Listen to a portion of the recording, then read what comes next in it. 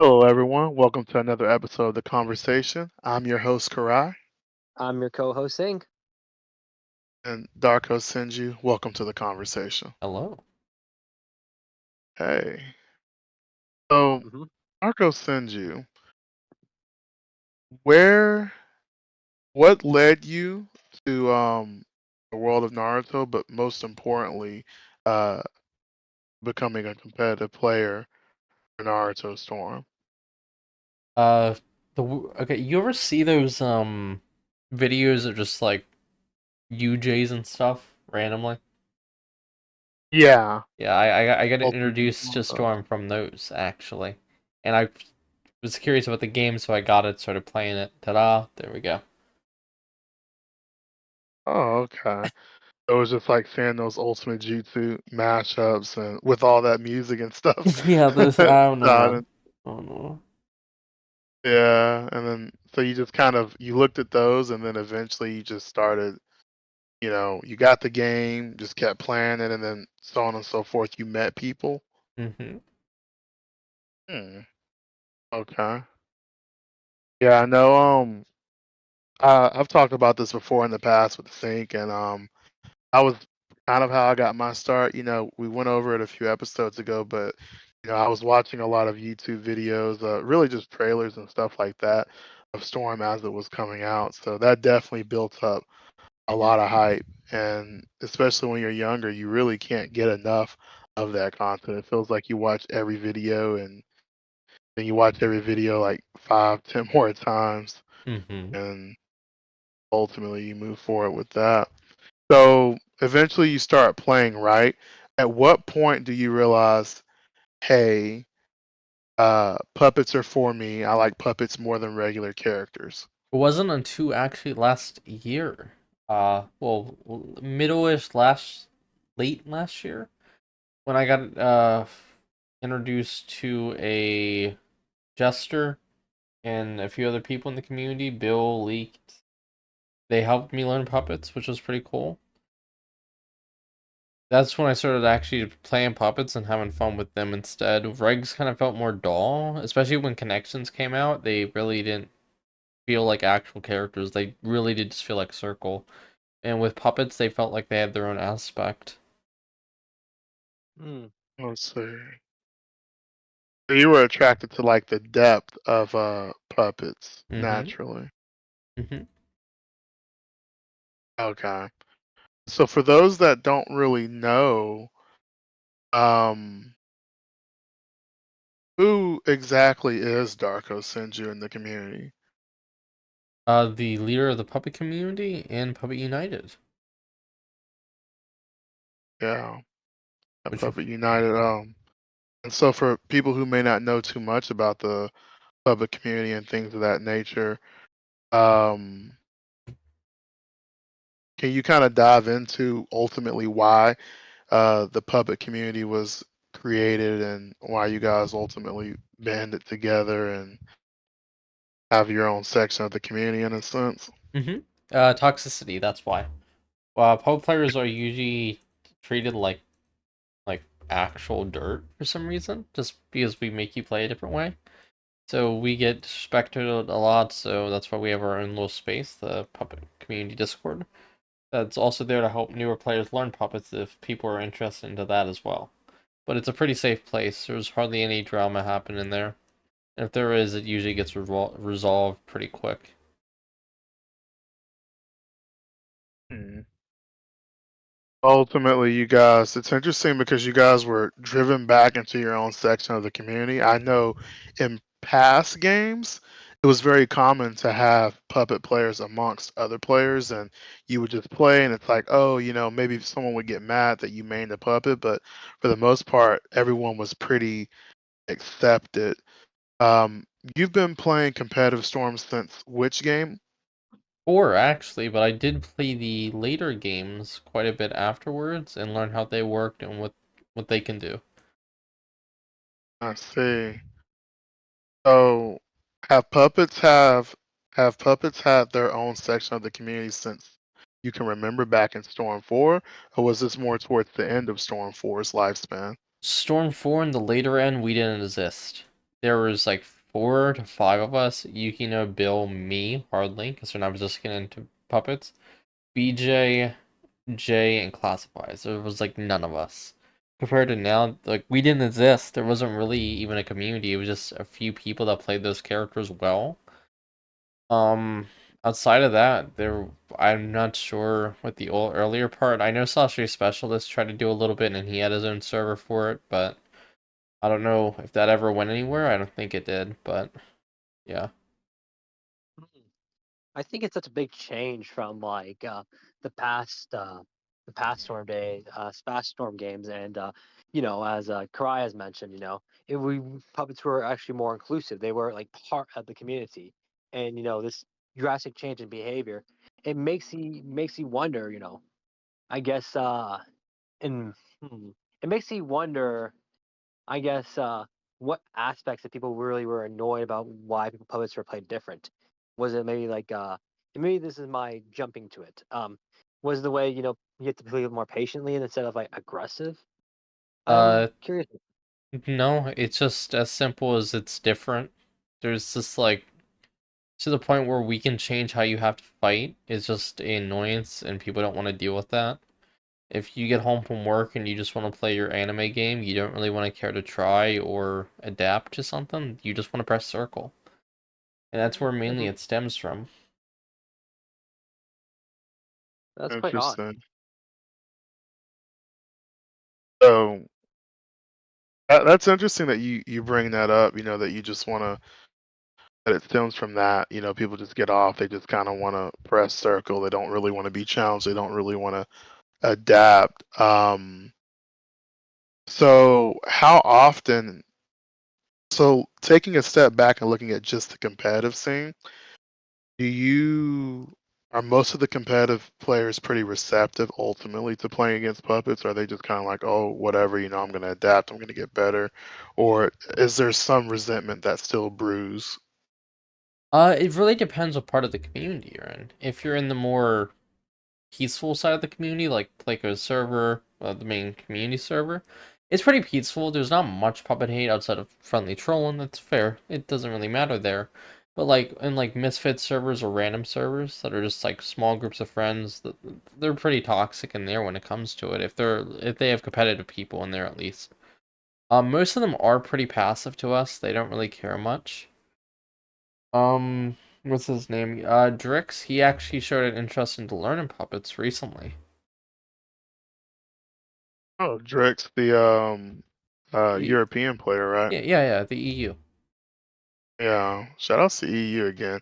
Gotta shout out the EU scene because they're always on it. Whether it's Air Force in his tournaments or just Okami in his guides, or really just the top players, just always going out somewhere. Whether it's an IRL storm event or just something's always just popping off with the EU scene. Yeah, I honestly don't know why. Because like with dedication, it's very weird with the NA and EU. I see more dedication from NA, at least in competitive sense. But we don't do anything. We're pretty much just shells that just play the game. We don't set up stuff, and when people do, it's seen as people are trying to start stuff. Huh. That is very weird because when we were playing, when we were playing like earlier Storm games, the NA community and EU and all these other communities were more active. They were always active together. There was always videos on gens, like seeing a clan match there or a tournament here or Well, a player match over there. It was always just been active. And now with NA being so unactive, it's kind of like a culture shock to me, maybe. yeah, like I don't. Well, a lot of people, their passion for Storm has died thanks to cons and how that's been, especially at launch. That killed a lot of people in playing the game. It killed Storm 4 too, because like yeah, people went back to Storm 4, but in the end, when you get home and you're looking to buy a new Naruto game, say you're played when Rev or Storm 2 came out, you're not gonna buy Storm 4. You're gonna buy the newest one. It doesn't really matter. That's the future of Storm outside of Evo is cons, and that's where people will go.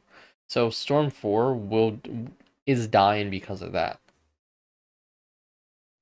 That's interesting. Because I hear like Storm 4 on PC right now is like it's like 6,000 players No, compared to like they're all story mode players, and they're not even people. They're just random hmm, people that's not even in the community. Majority of those most of those players being counted is just probably off Evo. You can't use that to scale since it's also on PC. Like that's like 1% of the community that's on PC. I guess that's fair. I guess if you wanted to go from that way, then you could say that makes sense if you go by that scaling. I mean, yeah, that definitely does make sense. I didn't think about that. How, if they do get on Evo, it would count towards that because it's a modification of Storm 4, and then in general, yeah, the bigger population of players have largely been on console, so that I do see where you're coming from. It's interesting that you said most players, NA players, just they just kind of want to play. Put it simply, I found that interesting too because I've noticed that as I've observed and as I've begun to do this, as we've begun to do this podcast more, that I have come across that where it seems like most players, when it comes to just playing, if you want to have a 12-hour grind fest, like a lot of players are just doing that. But the thing is that if you want any real future at this game, you're gonna have to organize stuff consistently. You're gonna have to, pull out a big grassroots tournament, like for example with Keon and his Red Cloud, Mm-hmm. which was a really huge, really fun grassroots tournament. And so, speaking of that, do you think Storm, as it is now, has a future? It's hard to tell. The Dragon Ball game, I don't think it would do much. Like it'll give her randoms. So be that. Who cares? They're not really part of the community. For the community part, I don't think it's gonna really do much there. So we're pretty safe on that end. Like Storm has it's a Naruto game. No matter what happens this game, it's always gonna have that IP, and people will always flock to that IP because how much they love the show in the anime slash manga. And especially if they played this game in their childhood, like Sync, and I don't know if you played it when you were like younger or you were like adultish, but like even then, you guys flocked to it. Yeah. Hmm, that's fair. That's a fair assessment. I think like underestimating the Dragon Ball IP is dangerous, but you aren't really doing I'm that. not Um, underestimating the Dragon IP. It's like Dragon Ball IP. It's like, yeah, it's got its power, but like people in the Naruto Storm community are here to play Naruto Storm. Like that's like why like they love the game and the community, and they're in this community. To drag someone out of the Storm community is so much work, especially if they have a lot of friends here.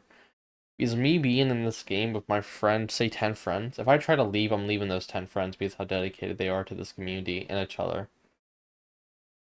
hmm, I see. Hey, hmm. That's a really good point. Um, yeah. When it when it comes to Naruto Storm and its community, do you think that our core as a community is strong enough to hold it together through, this time period where connections is really on a big downturn? Yeah, look at Storm 4. Look at the first half of Storm 4. That game was a mess. Like, before the patch, the fixed switch check. Just moderate combo switching. Was that fun for a majority of people Yeah. outside the goofiness? Even then, even for the 7 to 8 years Storm 4 was out, it stayed fine. It had its community. Sure, there was times where it dipped and it died for like a week or maybe even 3 months, but even so, it revived itself over and over because it's a Naruto IP. It doesn't matter. The community will always be here because it's the game and they grew up in this community or they were indoctrinated into it by their friends and they can't leave that community because of their friends are there too. I see what you're saying. Yeah, when you put it that way, I definitely see the strength in the community. Just taking a few steps back, you mentioned leaked, and I recall that name a lot because I would watch Fly Kunai's Kunai Cups, and I would see leaked in that tournament here and there. I do think I want to say recently, leaked was also in Air Force's NA tournament. how do you feel? I don't know if you've seen those tournaments or seen his performance there, but how do you feel about Leek showing up with puppets in those tournaments? But yeah, I know he showed up. He's one of my good friends. I know him quite personally. He did really well in this tournament, especially showing puppets. But he doesn't really necessarily play anymore. I don't know if he did play in the E tournaments though. I know he played in the Fly Kunai tournaments. I remember that. Hmm. Yeah. I remember watching him in the Flacco Night tournaments. Of It was pretty course, like good. I wish. Now Fly did do a really cool job of doing those tournaments at the start. I just wish he did them more slowly. Like, how do I put this? If I build up a tournament right now and I post 7 of them in a day over and over and over, people are going to get tired of it and they're going to view it as a daily thing, not as a special event and something they should show up to watch. Okay? Say you make a football game once per year, people are going to show up because there's the expectation in the weight of that. So they're actively going to come there for that expense. He should have done that with the tournaments and spread them out so the community could have some time, especially with patches. That would have been great. Yeah. I agree with that too. I think at the very least it should have been weekly, or heck, even towards the end when there were barely anyone was entering in them, they could have been even monthly, you know. At least everyone would have had something to look forward to, because I know in E's NA tournament that he had about, I think, 2 or 3 weeks ago, it was a 32-man tournament and it capped out and it was great. I watched parts of that tournament and it was exciting to see the meta in action and to see everybody duke it out, honestly. Yeah, that tournament just shows there's a community here for competitiveness. Even like there was money, of course. People want to play for money. It doesn't matter how good or bad you are. You're gonna want to enter just to have that chance, the ability. And even if you don't win, you get to say, "Hey, I was in that tournament," which is a pretty cool thing to say, especially in front of your friends. But at both of those tournaments, the EU and the NA one, I'm pretty sure all capped out. And there was a lot of activity. In the Mr. E stream for the NA one, I'm pretty sure there was like 70 people watching to like 100 or something fluctuating, which is pretty crazy for a Naruto event, especially recently. I agree. Yeah, the viewership was there was a viewership egg there for sure that could be fostered into something bigger. And honestly, the only thing E banned in that tournament was Like, yeah. Karin and yeah, and Kaguya. Mm-hmm. So once he got rid of those two, you saw a lot of diversity in the meta. Pretty cool to see, actually. See Mm-hmm. different strategies and stuff. In fact, there was that one part where I believe it might have been Drix. Correct me if I'm wrong. I'm not too sure, but it might have been Drix who was playing against It wasn't Drix. My apologies. I'm getting my videos mixed up because recently E did um an EU versus NA event 2v2. And I will speak on that quickly, but it was interesting seeing, the different meta strategies with different characters. There's a lot of wonky stuff with connections with certain characters that you just wouldn't even expect to be a thing, but there's just some niche stuff that's good in the game. Speaking of which, can you do a breakdown of puppets and connections in order of least to best? Like character wise or mechanic wise? I would say in terms of character wise, like who best to, or worst to best puppet. Okay, so let's go from top to bottom. There's PTS Conqueror being the best, Chio after him, then Adult Conqueror. Now, if you want to be iffy and you think Taiyu is a puppet, she'll be right behind Adult Conqueror. And if you don't, then it's just Sorcery for the fourth.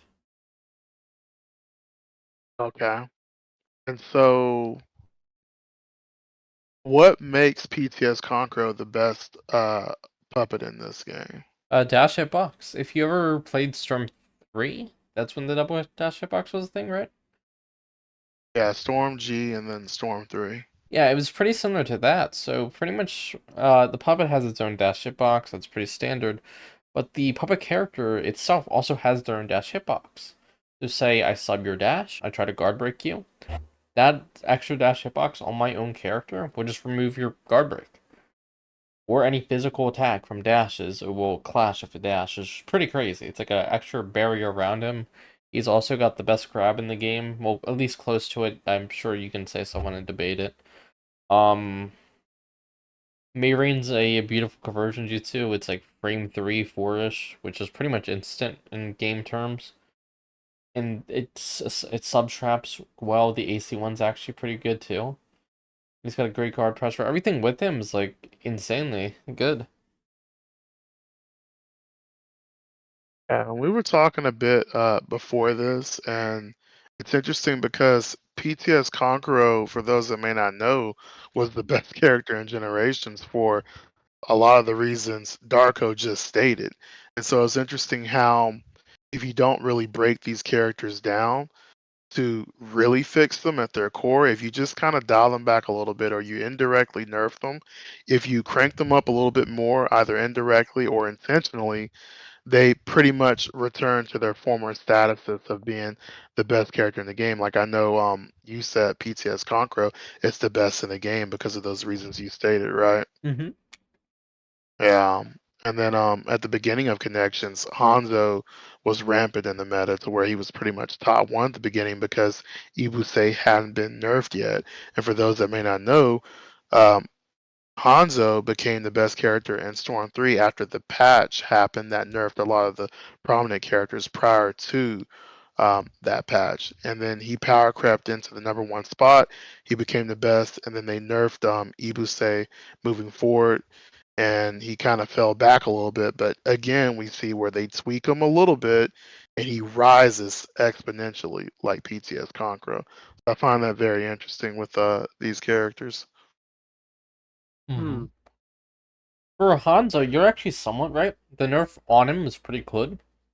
But there was 3 factors that made him really broken. Poison damage, which was absurd. For a normal poison tag, it was 1060 or 1050, which is like 10 damage, point 50, just freely, taking chunks out of your health. And that's pretty broken on its own, just throwing tags and doing that. But when you have a Ibusei without a cooldown, where you could just throw 1050s for free in combos without damage scaling, that was the crazy part. Ibusei did also come up like frame 7, I'm pretty sure, which is pretty much instant. Which was still pretty crazy. It just came out and it did that free non-damage scaled damage. Oh, that's a good point because now you mention it, once that poison hits you, there's nothing you can do about it. It just starts taking chunks out of your health, like you mentioned. Mm-hmm. That's very interesting. So after PTS Concro, you're saying PTS Concro is the best in the game. Is there any character that comes close to checking him? Uh, Not to the extent of Kaguya. Like last patch? Not really. The closest I guess I could probably say or give it is the Kid Naruto or Ishiki, but that's not even really close to PTS Conqueror played at full potential. You can't even really do much against him. Wow, it was pretty meta defining. Why mention Ishiki? Ishiki, he's got one of the best Yeah. smashes. His grab's still absurdly broken. His awakening removes a whole mechanic out of the game, being jutsus, or at least projectiles in the whole game, which is a really insane ability. Any character that can really remove a mechanic, like Kagi and Stormform, blocking. Hyuga, pretty much just jutsus with the Doki and how broken they were, are usually S tier because of that factor. There are some characters like the Raikage. He's got unblockable jutsus, but they don't that removes blocking, but it's very contained to him in a range of certain of these characters like Ishiki. He's just immune. It just for like a whole awakening state, which is insanely broken. And both his jutsus are still really good, and he's also really good as a support. Hmm. It makes things about like the patches of these of connections where patches I noticed they're like, oh, for certain supports like Astra support, I know that was a really prominent thing like early on during connections lifespan. They just nerfed the just made the timing like of getting Astra back a lot longer than it would be. or Hogoromo, for example. Yeah. And I think my fear would be, if you do quote unquote buff Ashura's time back, he still would probably be a good support since they don't really address, like Karai said, they don't break down and actually address the actual issue. They just put a band aid and hopefully a quote unquote fix. I guess my fear is when if you try to buff these things, when like some of these characters that were already good and they got nerfed come back and be good again. So it's kind of like a cycle of like, oh, patch of the week or patch of the 3 months. So I don't remember what they fully did to Ashura outside of the cooldown. I think I'm not 100% sure. Outside of cooldown, I think they made his balls smaller. It's gonna sound so weird out of context, but yeah, they did something to him. But he's still really good as a support. He's still A tier. His mash is really good. It's actually still one of the, I wouldn't say the best, but it still has really good priority. His jutsu as a main is really good because you could just pop it and then they're just trapped in a resetting on a bubble. Mm-hmm. The iframes being taken away was a bit annoying for him too because he lost his iframes on his tornado jutsu, which is a good defense jutsu at the time. But now I don't know if anyone's really using that outside of, I think they would rather just use the balls. Hmm. I Yeah. see. I see. That's interesting. I think to me, it's like the fear of like these characters going to be recycled or returning to, like it's like one character will be good. That's that character, and then like in like 6 or 9 months, when you try to buff them up again, they'll be good again. And that's maybe Mhm. that's just kind of fear. It's just like it's gonna be a roulette. No, no, not roulette. Roulette's the wrong word. It's gonna be like a constant cycle of like, oh, let's just shuffle these 3 characters back to good, then shuffle these ones down to low, then shuffle the same 3 characters that they got nerfed back to buff, and etc. Without really addressing the core aspects. That's kind of like my fear of this. Uh, Fair, but so they haven't really done nerfs and buffs on character specifics with combos. I know why they don't, because they don't want to touch a character like a DLC and nerf him so bad to the ground where he's pointless. Because that's Hmm, just kind of dumb marketing wise. So why buy this character if they're bad? that's fair, but But at the same time, even for like normal characters, it's like the same thing. Like they don't want to nerf these characters that far into the ground to the point where they're not played. Especially in a game with 130 some characters, you've got to keep them pretty relative where no one's going to play them. What would be the point of hmm, playing these characters? Like, say, Adult 1010, who's playing that character? hmm. Or Ren. Yeah, or like, well, Ren's pretty sucky, but still, like, who's picking these? Who's honestly getting on the game outside of Star Zero Tachi and wanting to play Jirobo? Star Zero Tachi, you're right. Robo, what the hell? I'm sorry. It just, I guess that's a fair point, but I just feel like not. I don't. I necessarily agree and then disagree. I guess the aspect is, I guess people were always saying that we want a diverse character selection where everybody feels viable, but it's always gonna be like these top 3, 5, 10 characters are supposed to be viable in the playlist and rank and stuff like that. And I guess for me, my concern is if people want like a diverse playset or a diverse play move. I know Tekken kind of has that really covered mostly. Like, yeah, there obviously are bad characters in Tekken. There's obviously characters that are worse than others, but I feel like every character in Tekken is viable in some way if you put effort into it. But in connections, and maybe this is my feeling, of course, it's like these 10 characters are only going to be viable only, and nothing can really change those 10 characters. And when you do try to change those 10 characters, it just goes into like a switch. It just switches. It's like a switching up to 10 characters, and never really truly goes beyond that. Maybe that's Well, just. like, with character tiers and stuff like that, it's cool to the extent. They can balance everything to like the best of their ability, which they're not. They're kind of dumb, but they're doing their best. I'll give them that. They're trying to balance, even though it's probably difficult. Because they made, trying to think what they did. They made counter. No, what did they do? They made spark dashes cost more chakra because they were costing the same amount Hmm. of base dashes, which is kind of insane. You get a faster dash with more priority for free. That's insane. Right? So they nerfed it, which most of the community was actually asking for, and people got upset at it. And then the same thing with the restands, which is kind of crazy when I can pretty much lock you in the same place over and over and reset damage. Because I can just kunai you off the grab into Tamari over and over. It's kind of annoying and broken. which a lot of people hate, especially casuals, so they get rid of it. Roman, they remove it.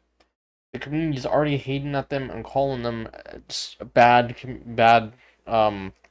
62. How dare you remove this? Even the iframes, like I came into with a lot of people that I think the best version of Connections was the first like patch, which is like I don't know. It seems a bit insane when like I don't feel like dealing with a Onyx Chidori Sasuke that's going through my whole body every second. Yeah.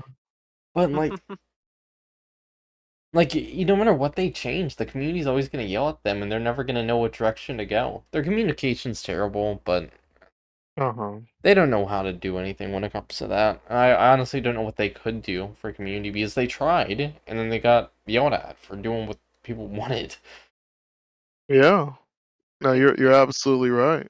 I mean, sorry to interrupt, Sink, but I just wanted to say, like, I mean, it's crazy, the patch culture nowadays with games in general, because like we talked about before, when Sasori was that broken in Storm 2, or when Kank was that broken in Generations, you just had, if you wanted to keep playing at a high level, you had to figure out something. And I do see how that could be toxic to an extent, right? Because I do think some tweaks are warranted, but then we get to a point where we are now where it's like, no, I told you to change this. Then they change this, and it's like, well, what about this? What about that? And then there just constantly ends up being demands, and no one's happy at all. Yeah, truthfully, do you want like if you make a game that you spent I mean 2 years, we'll say 2 years of your hard time getting like even if you're gonna pay it hourly for it, just to finally get it done, and you put your back and you just sigh, ah, finally about time. You release it. First thing it gets is millions of complaints. Why would you want to Yeah, work on that game at all? Balance it for those people. that's soul crushing, honestly. That really is, because a lot of people trash on Connections, and it's just like, dang. I mean, I'm not gonna lie. So what I like about Connections is that there's a lot of characters that while they may not be as viable, there's They're viable in hidden the stuff with yeah, them. they're viable in the casual Hmm. sense. You can actually play these Right. characters when against your friends. It's fun. Even the meta characters, they take like 1% brain power to learn, but that's still more effort than a lot of casuals will put in. So even if they play, say, Sarda, they're not going to be doing the bleh, the oh my god, I can't speak. The IC2 jump kunai. They're not going to be doing that all game. They don't know to do that. They're just pressing circle. So all these characters in their eyes, it's just all fun. Yeah. There's very few characters in this game that are just broken instantly. These were puppets. You gotta learn puppets, puppet control, substitution technique, all that nonsense. That's kind of annoying to learn. Yeah, but then you have Naruto, PTS Naruto, character with like the biggest hit spears. That it's just like you just win if you mash. Like there's like that's just really just a casual character. Like the god, like that's just like a casual come winning in meta with that character and good supports. Like I don't know, Naruto is pretty insane. Now there are good players that use that Naruto Rage Katana. He does really well with the character competitively. Even though the character is Hmm. seen as a mashy character, he does really well. And I'm gonna give him praise for that And because he Valok. yeah, Valak does really good as well. Like there are players that make these brain dead characters look good, and they do make them look good, and they are good in their hands. Yeah, definitely can 100% confirm on that PTS Naruto. Because whenever I don't feel like thinking, I got that PTS Naruto with that adult Tamari and that Shikamaru ready, and I literally Exactly. some games I just press circle and that's it. It's just more than enough. Exactly. It's just yeah, they can play these characters, of course. Yeah. The only characters I don't think casuals will ever get good at, like unless they take the game somewhat seriously, are kunai characters and puppets. Because that is a effort into learning them in a new archetype of playstyle outside of circle button. Yeah. I definitely see that. Yeah, no casual's gonna take the time to, I mean, like you said, learn puppet control, sub control, just all these little nuances about them to make them as strong as they really are. Mm-hmm. Even kunai Um, characters, directional combo kunai characters, like in lots of casuals' eyes, it's spammy. It's dumb. If I win with data or just by spamming square in their eyes, I'm unskillful. Even though I put in 20 times more work to win the game by literally not being able to combo you. right, right. I put up a interesting because Dadar, he played so many casuals at the beginning, and it's just kind of funny in hindsight because when you scale it up, when you go to the higher level, it's obviously nowhere near like that. You're kind of fighting for your life, really, and you're Mm-hmm. having to think on a very strategic level with that character. Mm-hmm. So that's very interesting. I will say, um, you mentioned it earlier. You mentioned Evo earlier. Before we get into Evo, I do want to ask overall, what do you think about the recent patch of Naruto Storm's Connection? By this patch, are we heading in the right direction, or does CC2 still need a few more patches to get this right? The patch, truthfully, I'm not gonna lie, I kind of forgot what they did with this patch. But I think I remember me liking it. I don't remember what they did though. But So, mhm. you know what they did? Because I forget. Yeah, no, I made a video on it, so it's quite fresh on my mind. The main takeaways from the patch are that that there was the increased cost in Spark Dash, then Oh there yeah, was the yeah. guard Yeah, with the having Spark more Dash thing. defense. Yeah, no, both Mhm. those are great. Those did actually a lot. The Spark Dash and that was well needed. It was really absurd that my normal dash costs as much as like a Spark Dash costs as much as a normal dash with faster speed and a higher priority. It should have cost more chalker. And it does. It's really good now. Okay? That there's that. And the guard that helps the game more defensively, puts it into a more even version where you can play be aggressive or defensive, but it just really it still leans to aggression, and they really got to. I don't know what they can do to really fix it. I don't know. Mhm. Yeah, but yeah, definitely aggression still is the way to play for sure. And then in addition to those two changes, you had the increased timer on Karin's perfume spray, and then Kaguya, her strategy being nerfed. Oh no, she got triple nerfed, unintentionally. Because Spark Dashes got nerfed, so she couldn't do that as much, so you lose the damage. And then her damage actually got nerfed for all the dimensions. Oh wow. Yeah, so Okay. they do like absolutely nothing. Even the lava does like, nothing now, pretty much. And I forget what they did as well. I think it was the guard as well. Since my guard is this more, you can't really break through it as quick as you normally would. Like all three of those things combined really put her like at like high, like maybe C tier. Or like yeah, I would probably put her like mid tier or like the at the lowest B tier. I mean at the highest B tier. Gosh, hey, I'm a definitely blame Playco, and there's another guy on Twitter Bible, because they were. Bible. Yeah, I think so. Yeah, I think that's him because they were literally posting. It's just random clips of that I absurd know. stuff going Yeah. on over and over again. Yeah, no, Like, like okay, Playco. so we're the cause of our own problems. The whole community is because we make problems from each other and misinformation, all that. But when we post clips like that, we're showcasing to the community what's bad, and then the community tells CC2 that, or they upvoted or at CC2 in the comments, and eventually CC2 looks. Yeah, I think that's definitely what happened because I don't know, that was something that casuals definitely didn't know about at all. That Kaguya stuff, Mm-hmm. and then boom. So We mentioned Evo earlier. So for those that may not know, if you don't know, you should know. Evo is a mod of Storm 4 that seeks to improve it in absolutely a slew of ways, bringing back old mechanics and making adjustments to, much needed adjustments to really broken characters from uh, all different Storm games, of course. As a whole, what are your thoughts on Evo? Beautiful. The Evo team has been doing amazing work on there. They buff like here, they just added Storm 1 characters to the game and ported them. Movesets work properly. All that stuff works properly. And with those new Storm 1 Part 1 characters, it's like playing a whole different character. Like playing the old Itachi gives me a more passion to play that character. Because I played Itachi when the game started, but like why play him at all?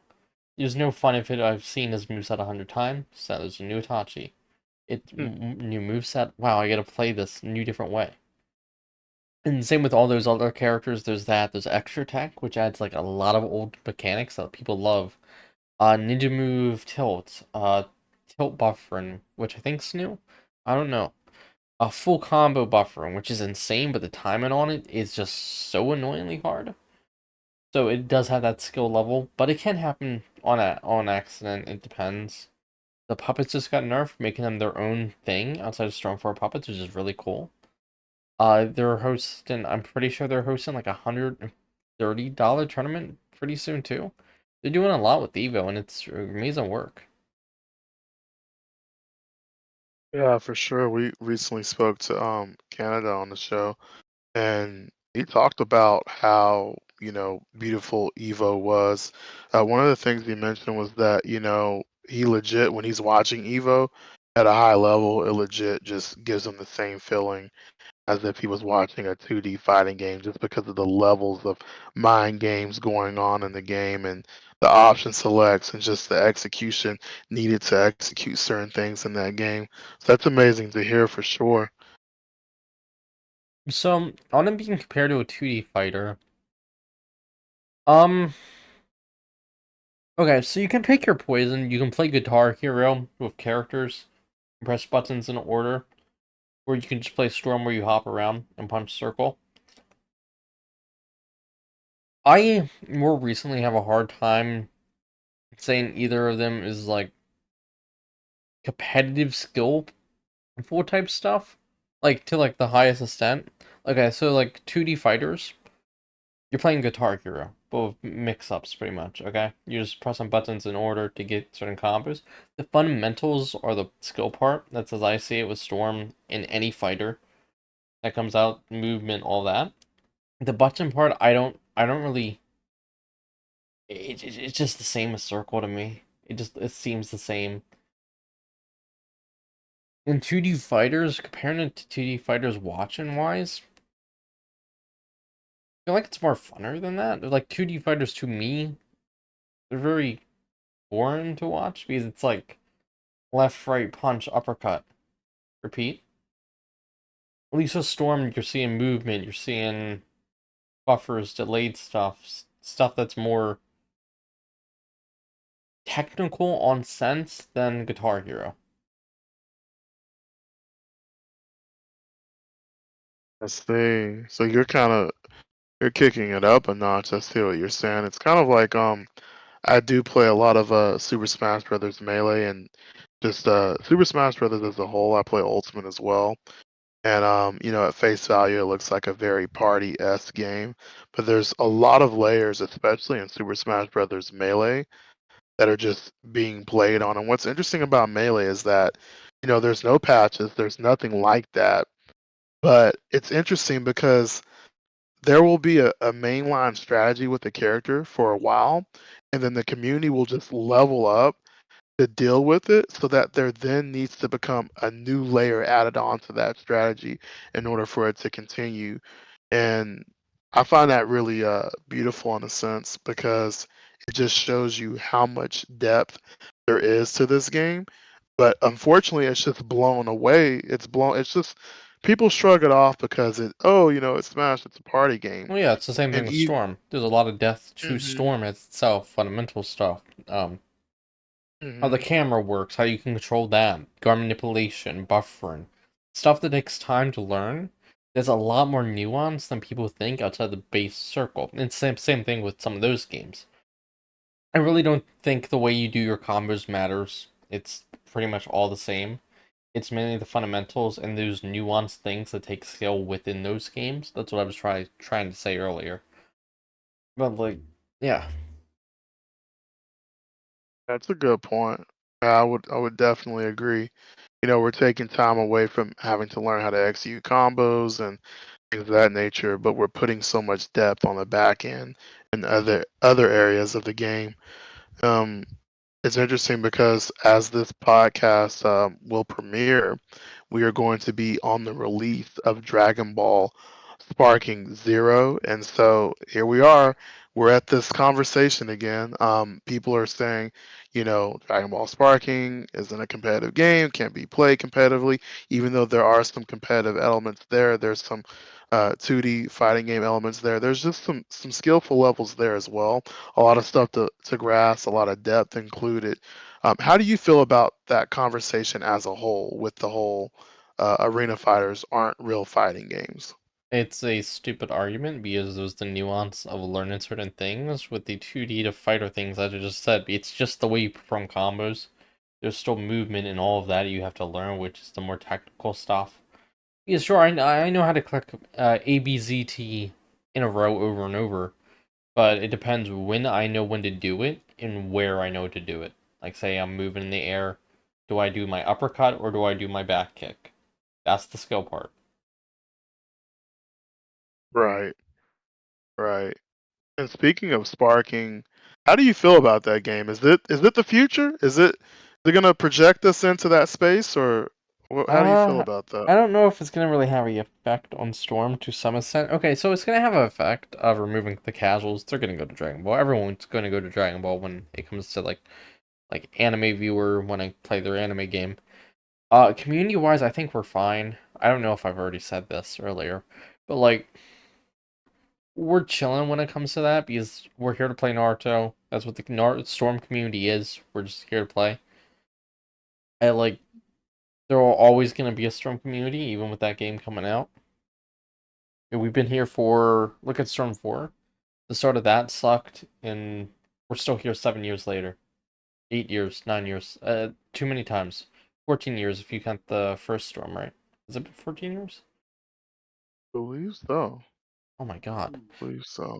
It's been a very long time. I know, this game, Yeah. this franchise is old. Yeah, and since it's been out that long, people always have Storm in their mind. Not all people, I mean like the community. And their friends are in the community and embedded. So if they want to leave, they're leaving their friends to the extent because their friends have friends in Storm, and it's just vice versa.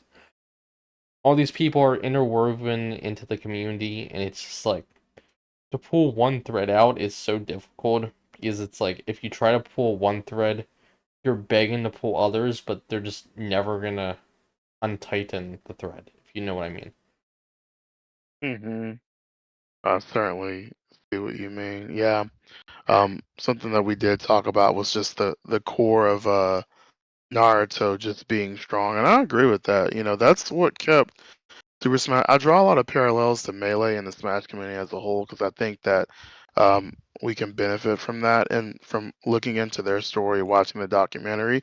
What kept Melee alive from '08 when Brawl came out to 2013, right up until they got their moment at Evo that projected them into the space they're in now, was just that strong core. People were grinding and playing when the only thing on the line was the pizza or $10, and it's because they just love the game, Yeah. their passion for the game.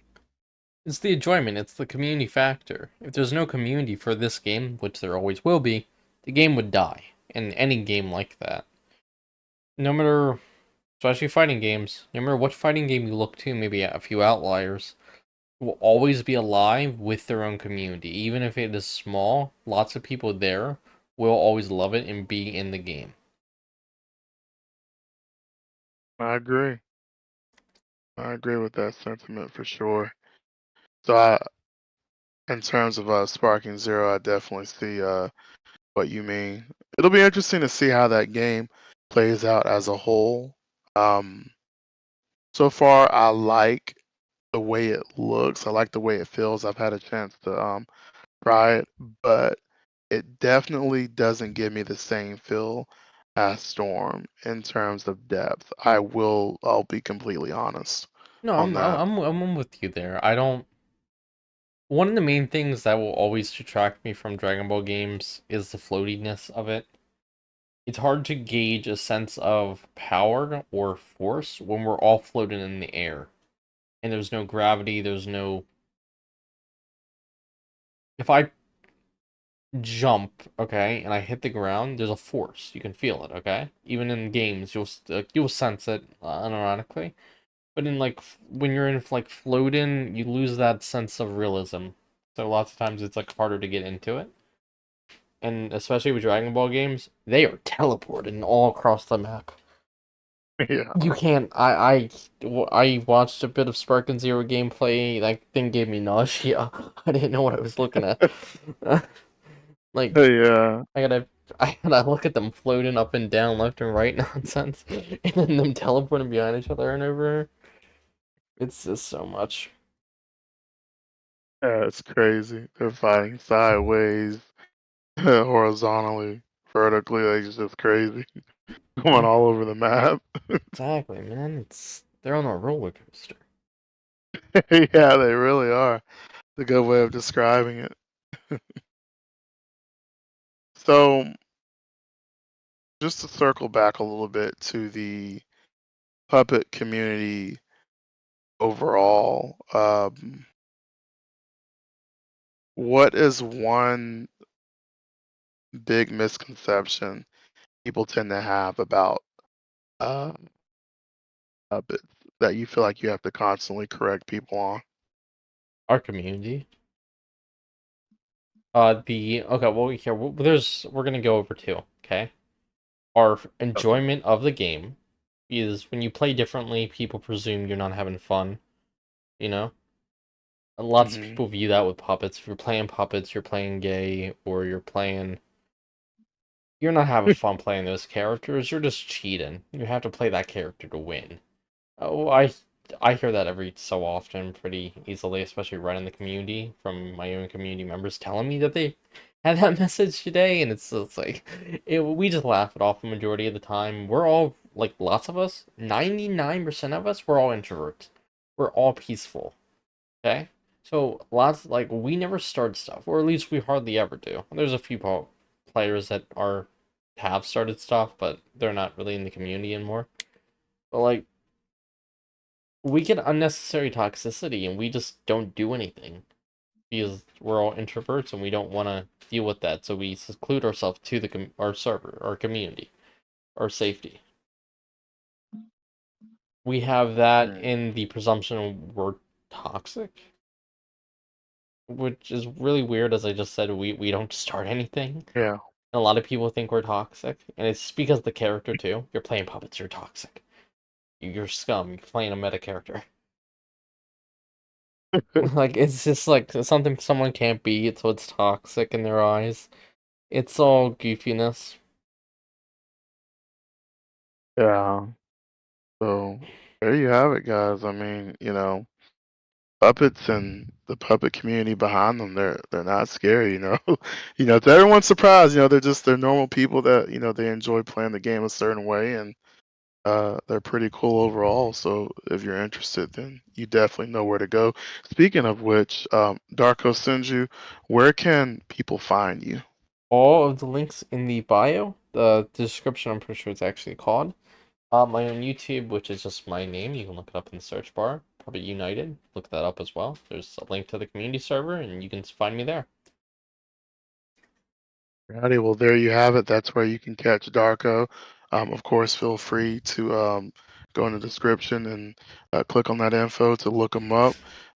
Definitely a great player overall. And yeah, if you're interested in puppets, you know where to go to learn more about them. This has been another episode of The Conversation. I'm your host, Karai, And your co-host Sync.